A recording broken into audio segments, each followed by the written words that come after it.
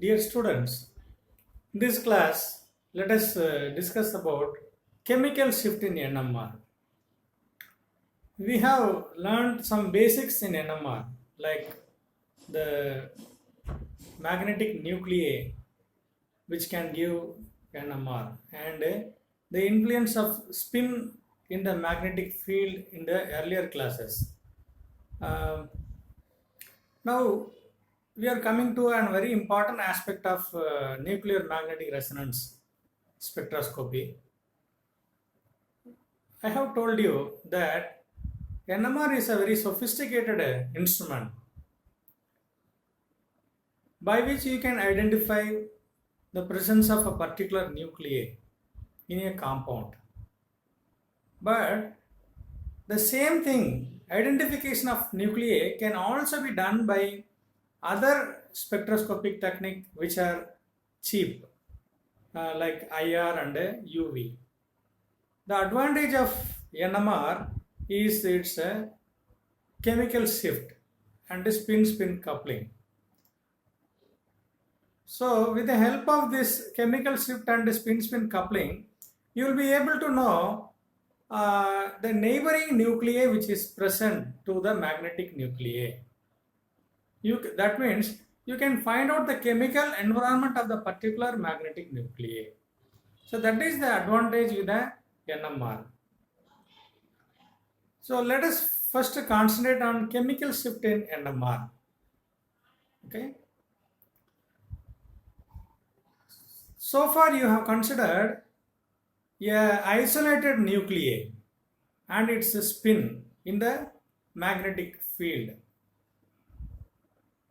That is, when a nuclei possessing spin or angular momentum is kept in a magnetic field, its energy levels are split based on the applied magnetic field.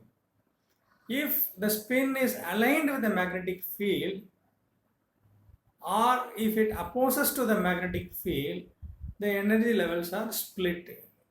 So this is what we have studied so far, the energy levels of the nuclear magnetic resonance and the frequency which is required for electronic magnetic resonance, electronic resonance spectroscopy, and nuclear magnetic resonance, proton nuclear magnetic resonance spectroscopy. Okay, but isolated nuclei is only an idea, but in real situations no isolated nuclei will exist. Even the simplest atom, hydrogen, possesses one electron surrounding the nuclei. So when an electron revolves around the nuclei, the revolving electron cloud generates an electric field and as a result a magnetic field. Look at this. As in this nucleus possessing some spin, and the nucleus is placed in the center of the atom. The electrons are revolving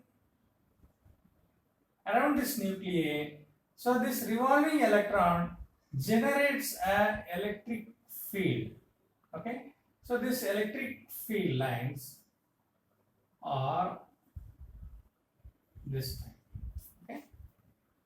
And as a result of this electric field, a magnetic field will be generated, induced.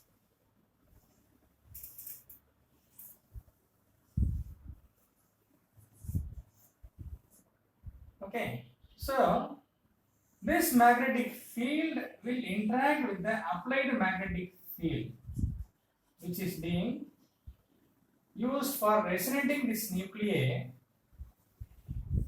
This applied magnetic field D0 is used for resonating this nuclei, and the magnetic field generated by the nuclei is aligned.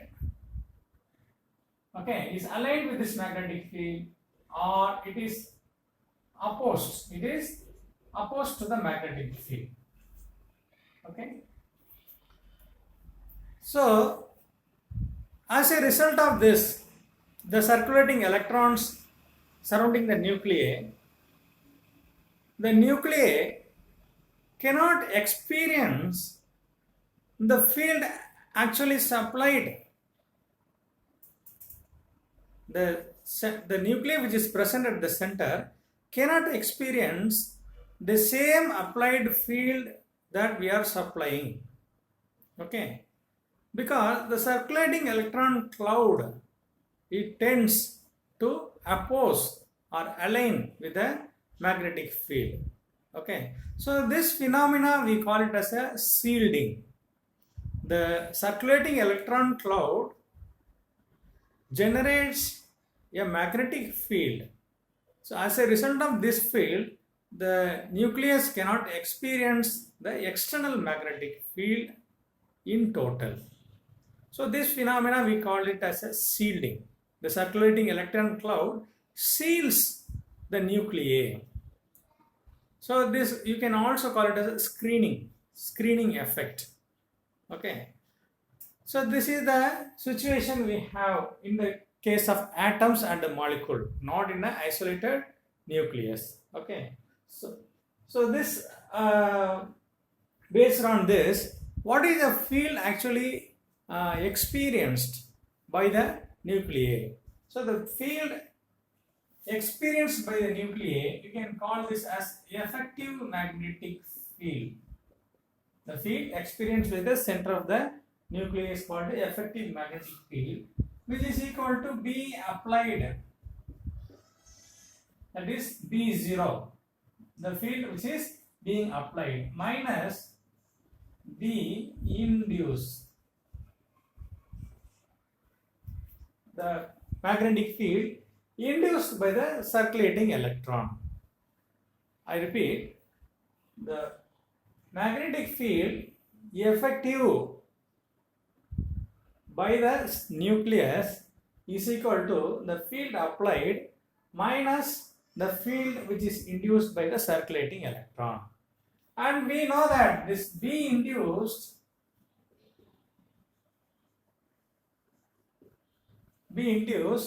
is as a result of beta and sigma.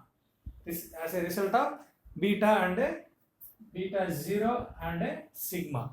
Okay, so this we can call this sigma as a screening constant.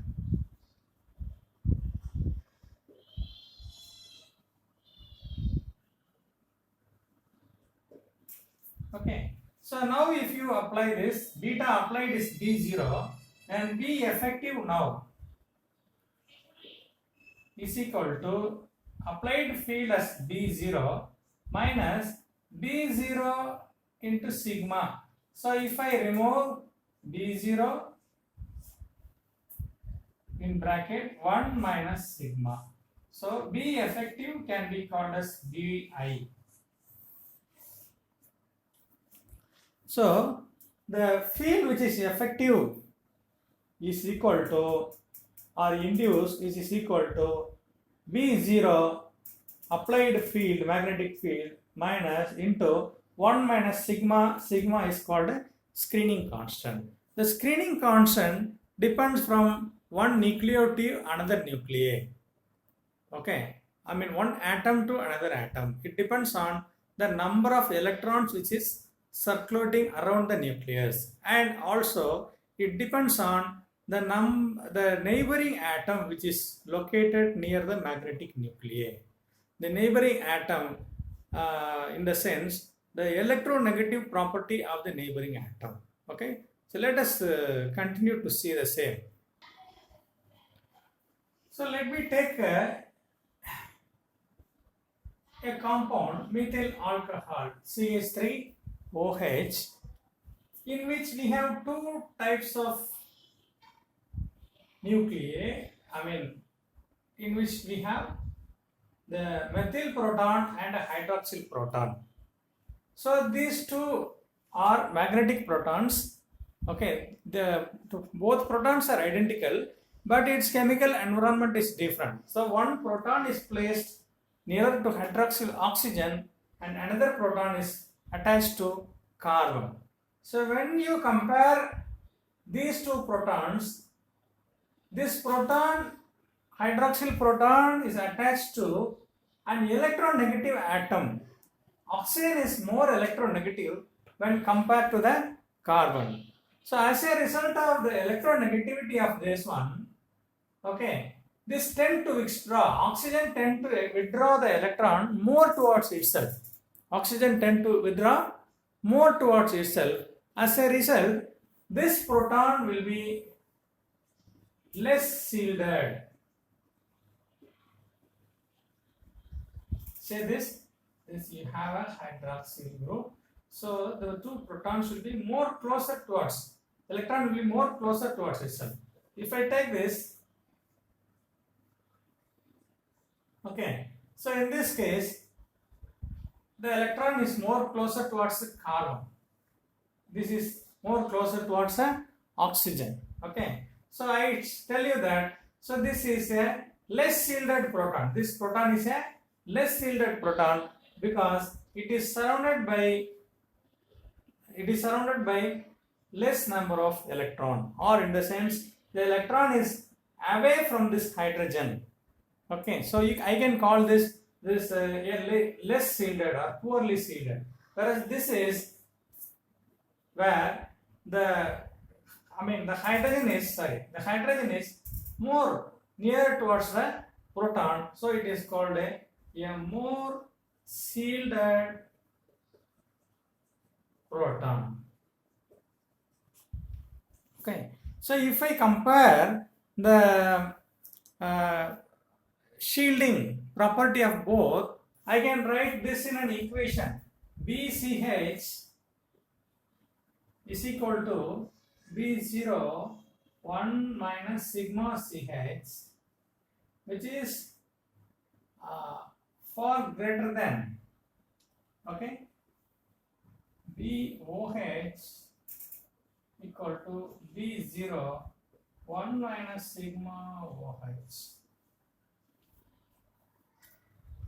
So in this case, I can tell you that the field which is experienced by, the field which is effective, or the field experienced by the hydroxyl proton is greater than the field experienced by the proton which is attached to carbon. Okay, so this experience greater field. Hydroxy proton experiences a greater applied field. So the less shielded proton experiences higher field than a poorly shielded, more shielded proton which experience low applied field.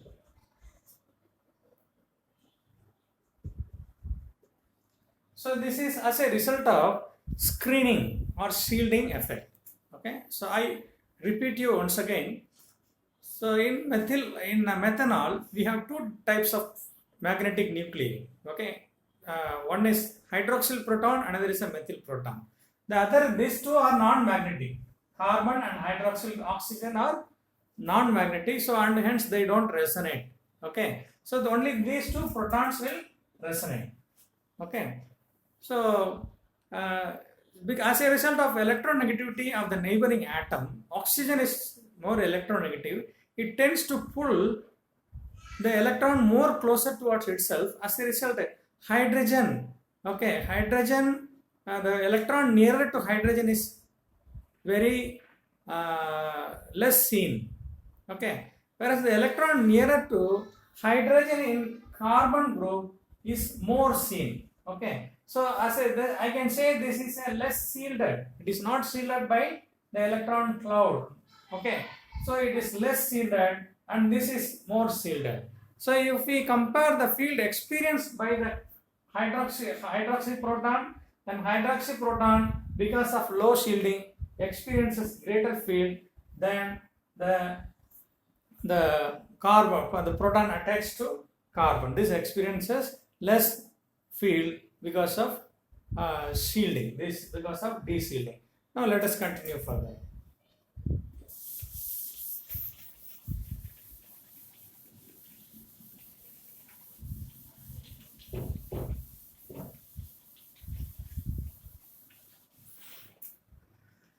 So if I take the spectrum of methyl alcohol, how it will be? Okay. So and we have told you this is a de-shielded, experiences more field, and this is methyl proton. It is a shielded and experiences less field. So if upon increasing the field strength, hydroxyl proton, since it is being de-shielded, it will resonate very first. It will resonate first because it requires less magnetic field. It requires less magnetic field for resonation. So upon increasing the field strength, hydroxyl will resonate first with a greater energy difference. And if you slowly increase the magnetic field, then the methyl proton will resonate. Okay, because it is being shielded. Look at this. So upon increasing the field strength, hydroxyl proton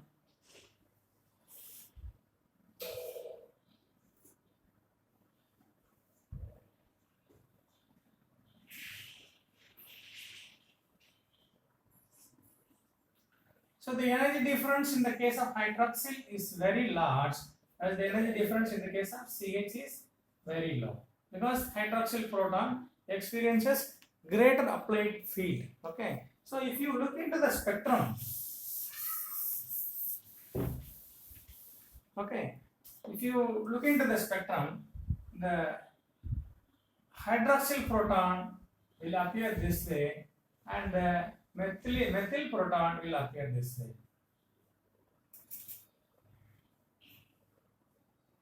Okay, so and resonation takes place first at the hydroxyl and then to the methyl proton, but the peak area is for methyl proton is three times greater than hydroxyl proton. So this is because of the number of protons. So this consists of 3 proton and this consists of only 1 proton. So peak area is with respect to hydroxyl proton. With respect to the number of proton in hydroxyl and methyl group. Okay. So the two important facts with NMR spectroscopy is, number one, the identical nuclei will give different positions of absorption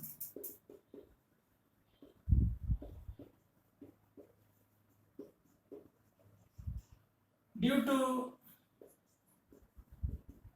its chemical environment.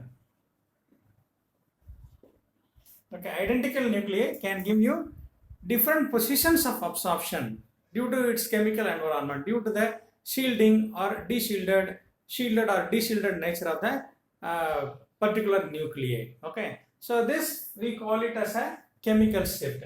And number two, another important fact that we derive from NMR is the area of the peak.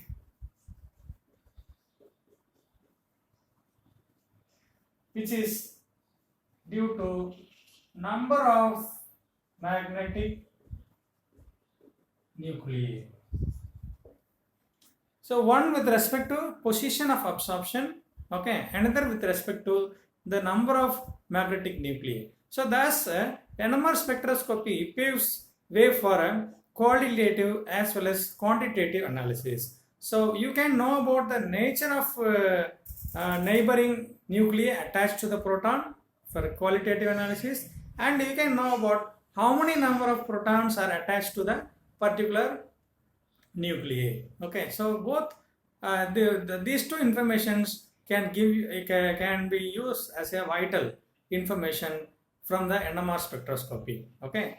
So, and another very important fact that I would like to tell you, it is not only the resonating nuclei, it is not only the circulating electron in the circulating electron surrounding the nuclei which gives you the induced magnetic field. Okay, it is by the neighborhood atom.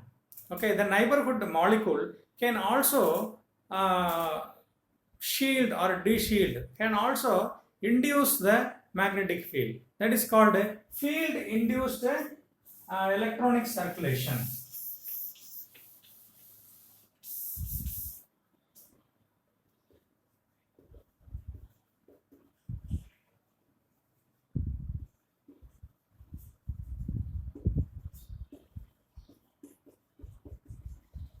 Field induced circulation of electron. So look at, there is a acetylene, okay,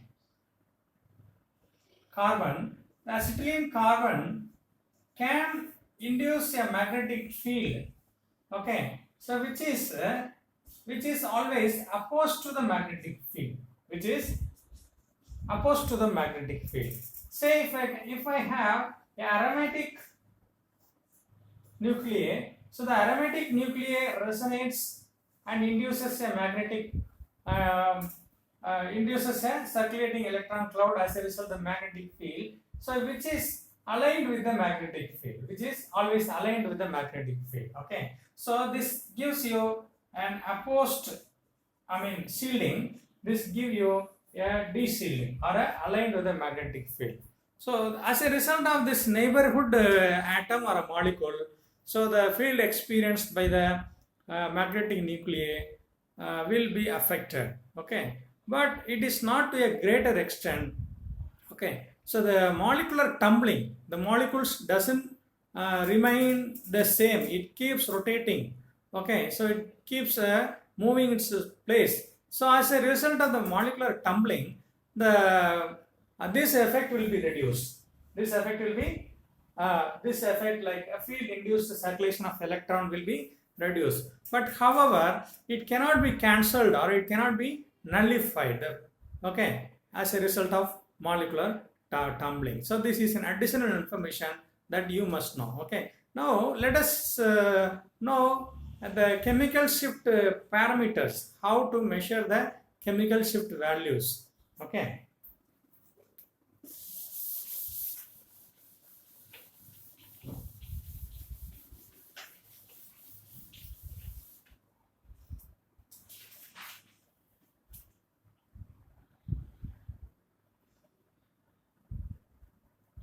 So this delta E by H, we already know, is equal to Z beta and B I by H. We have derived this from influence of spin in the magnetic field. So in place of Bi, let us B0 1 minus sigma by H. Okay. So if you have two different types of proton, then this becomes equal to sigma CH minus sigma OH divided by H. So in terms of Hertz.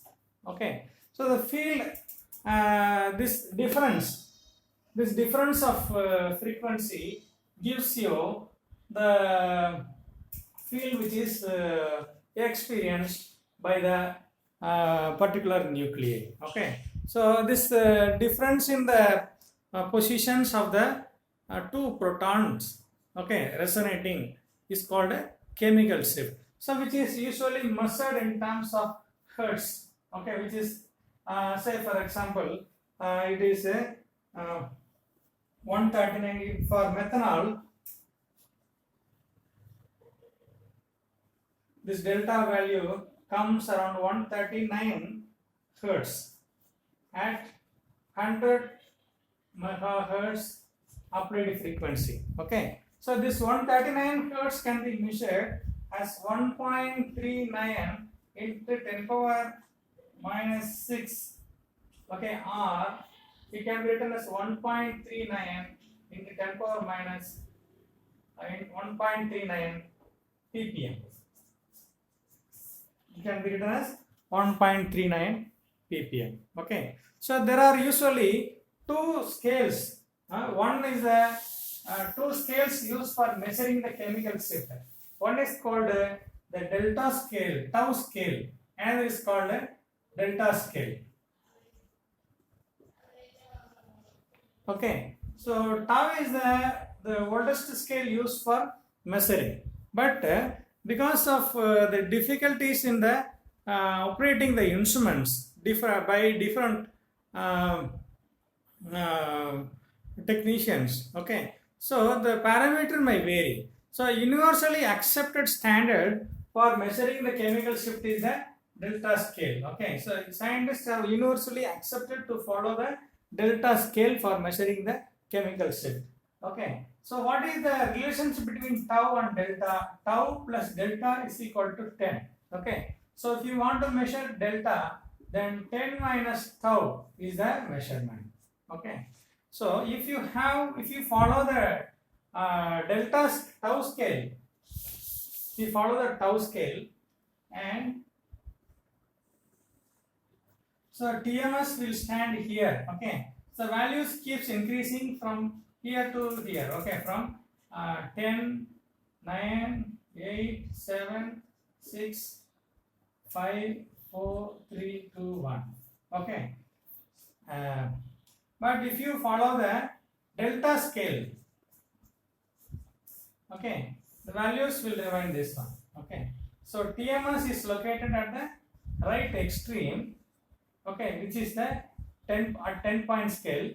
So it starts from here.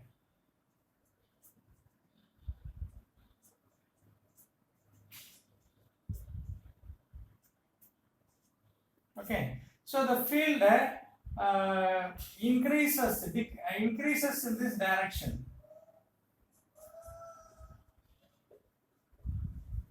As field decreases in the delta scale. Okay, tau and in the tau scale. Okay, the delta scale, TMS is located at the right extreme. Okay, this is the highly shielded region. This is a highly shielded region. This is highly de-shielded region. Okay, so TMS is used universally as a standard for both proton NMR and C13 NMR. TMS stands for tetra methyl silane. Okay, you can call this CH3 4 times Si. Okay, however, this is insoluble in the water, so and hence sodium salt of this TMS is being practically used. Why the reason why we use TMS in as a standard, good standard in NMR spectroscopy is the TMS possesses 12 identical proton. Okay, four methyl groups gives you 12 identical protons. All the protons are highly shielded protons. All are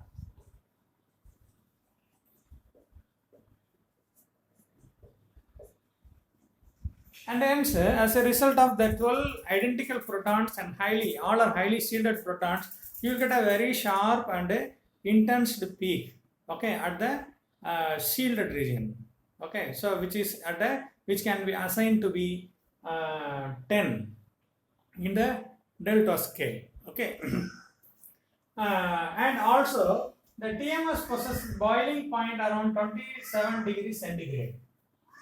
27 degree centigrade. So it is very easy for you to remove the standard after the NMR is recorded. The sample tube can be very easily cleaned. Even at room temperature, the TMS evaporates. Okay.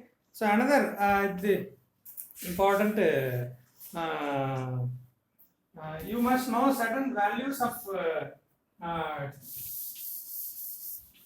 delta chemical shift values. for different protons. Okay, I will note down some of the protons. See, a compound and a delta value. Okay, TMS 10.0. Okay, for TMS proton, this is 10.0. Cyclopropane 9.78. Methyl ethanol 8.83 and 6.41. Okay, so this is for ethanol, methylene, methyl proton. This is for methylene proton. Acetone, water 4.80, benzene 2.73, and for acetylene it is 7.81, and for chloroform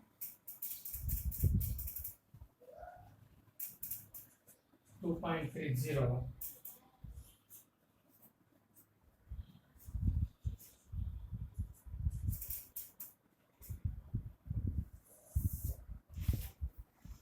So like this you can find extensive values of chemical shift values of different organic compounds, protons in different organic compounds in the spectroscopy books. Okay, so what you must know is that the chemical shift is a very important tool to know about the chemical environment of the particular resonating nuclei. Okay, through which you can you can go for qualitative as well as quantitative analysis, nature of the particular nuclei and its surrounding element, and from the peak area you can know how many number of protons are available. With this we complete this session. Thank you.